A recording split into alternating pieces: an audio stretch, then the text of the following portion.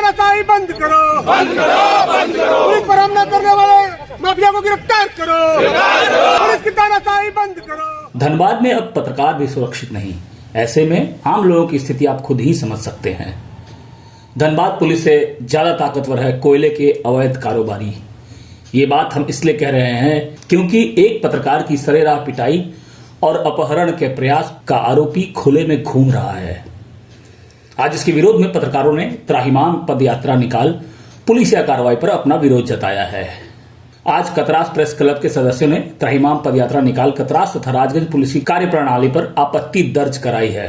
गत 22 जनवरी को कतरास के एक पत्रकार की सरेराह पिटाई फिर उसके अपहरण का प्रयास किया गया था, जिसे स्थानीय लोगों की मदद से बचाया जा सका था।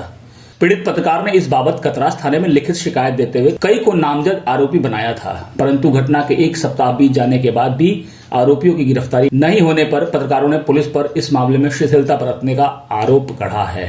सबसे पहले जो आंदोलन में विभिन्न सामाजिक संगठन और कतरास प्रेस क्लब के अलावा झरिया से, कुटकी से, केंदुआ से, करकेन से, लोयाबाद से, बागमारा से, महुदा से, कपूरिया से, राजगंज से जो लोग आए हैं, टुंडी से, उनको मैं धन्यवाद देना चाहता हूं कि वो धन्यवाद के पात्र हैं कि आज हम लोग जो त्राहिमाम यात्रा निकला, पत्रकार त्राहिमाम क्यों कर रहा है?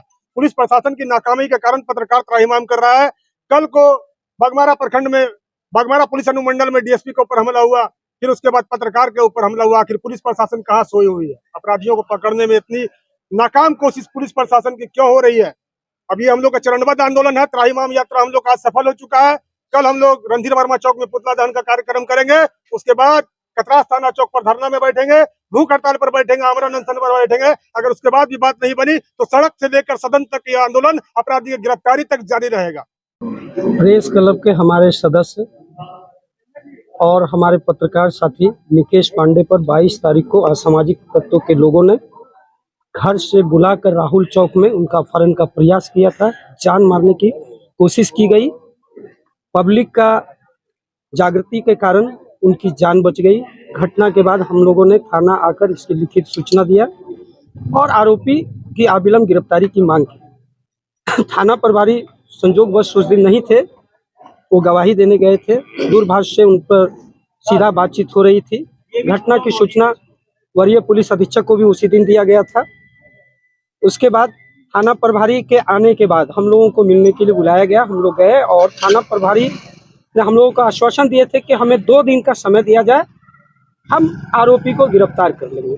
थाना प्रभारी को हमने ये भी बताया, हमारे प्रतिनिधिमंडल ने बताया कि आपके सहयोग राजगंज पुलिस के माध्यम से नहीं होने जा रहा है, क्योंकि राजगंज पुलिस की छत्र छाया आरोपी के ऊपर है।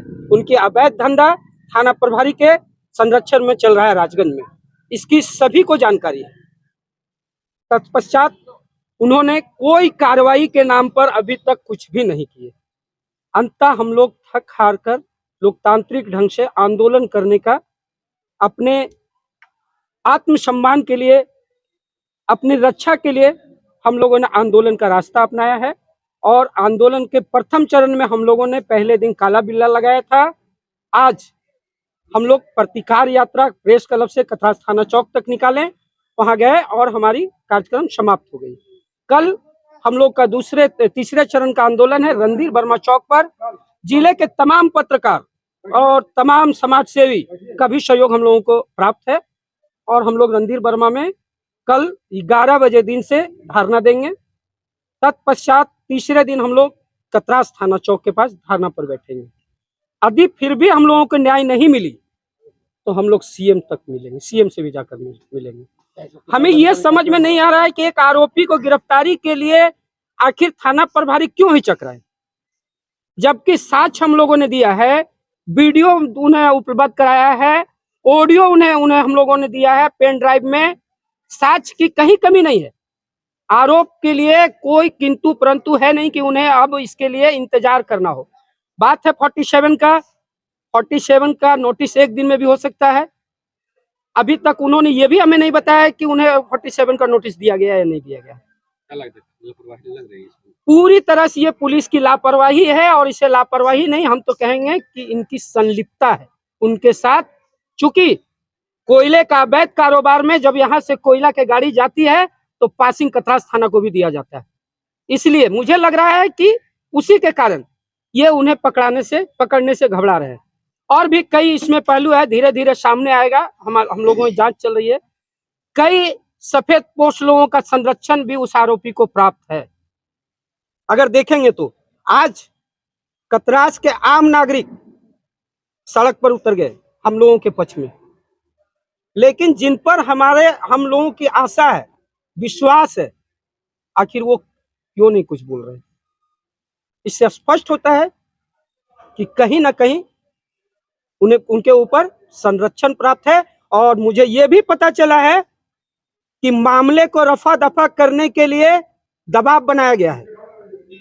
हालांकि पहले चरण में उन्होंने आरोपी ने कंप्रोमाइज का प्रयास किया।